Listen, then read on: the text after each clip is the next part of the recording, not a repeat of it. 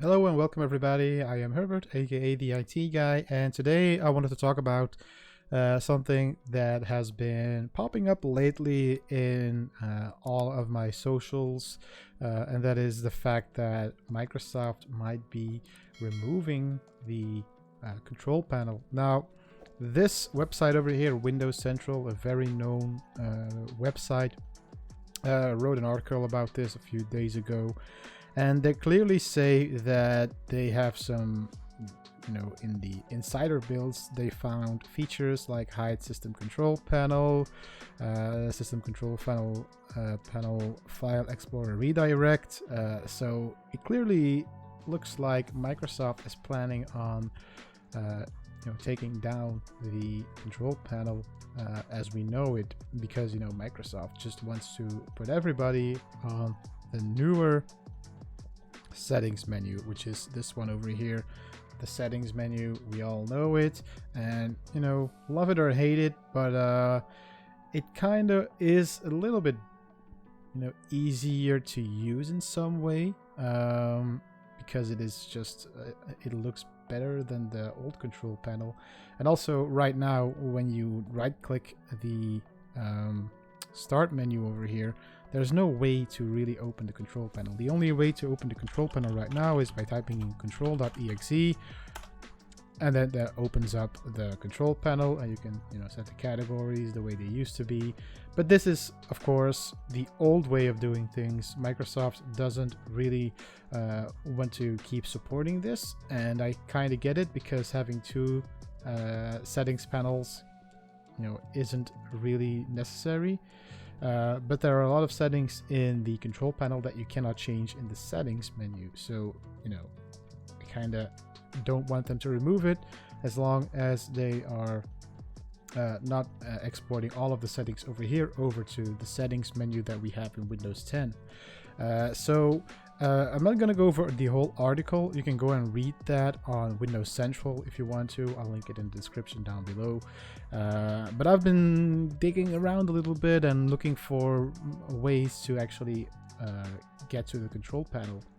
And the easiest or the most official way would be to have the get control panel item. And how this actually works is, for example, we can, let's just say we want to get the security settings over here. We can actually just paste this into PowerShell.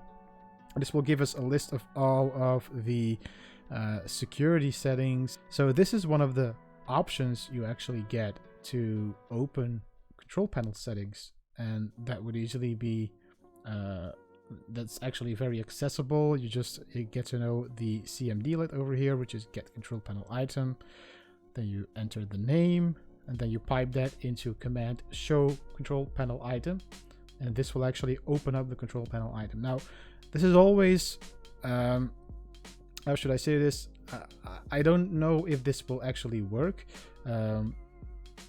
because you have to keep in mind that they might actually just remove the control panel completely.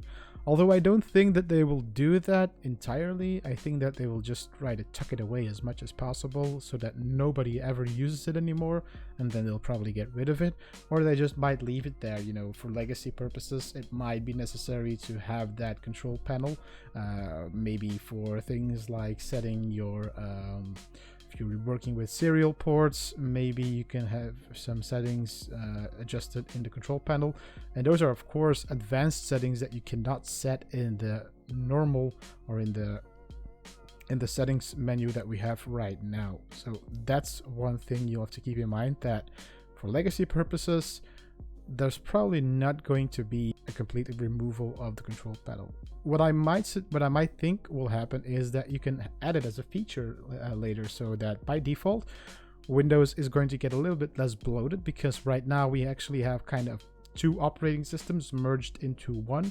We have on one side we have the Windows 10 interface, or the interface that was introduced in Windows 8, which we would call back in the day the Metro interface, or at least that's what Microsoft called it. And now we also have this legacy part of the operating system that still is working on the technologies of Windows 7 and everything before that. So I do get that Microsoft is trying to push more of its Windows 10 settings and more of its Windows 10 features, and try to take away a little bit more of the legacy features. And what I think might also happen is that these features will only become available in the Pro version, because of course when you're using this at home, the chances are that you're not really using any legacy hardware or legacy software, and so you won't need these things. And for Microsoft, it's always a matter of, should we still support it? And if you have a professional license, I think that Microsoft is always willing to support it a little bit longer, as we saw in most of the upgrades whenever Windows 7 was being upgraded to Windows 8 and 10, or when the Windows 7 was no longer supported.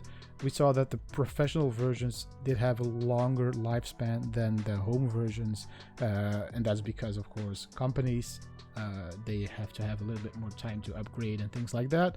And also, we know that most companies still use legacy hardware and still use legacy software, so that's why Microsoft might be waiting for this to actually be implemented. And of course, we'll see these things implemented first of all in home versions, so we'll probably see the control panel maybe disappear in the home versions, and then after a while will also disappear in the professional versions. But then I think that maybe in the professional versions you'll still have this feature that you can enable once you get the update, or maybe when you're reinstalling it completely, you'll have to enable these features to actually be able to use legacy settings or legacy software in your operating system. So this is one of the options we have. The second option we also have is using the URI settings over here. So we have the URI settings for the settings over here. So we have it's actually when we open these URI settings, we actually do something like this. Let's just take this one over here. You can do it in the run command, for example. So I already have this one over here. So ms settings about, and then we have this over here. There's also a control panel option also with these URIs. I'll have to look that up.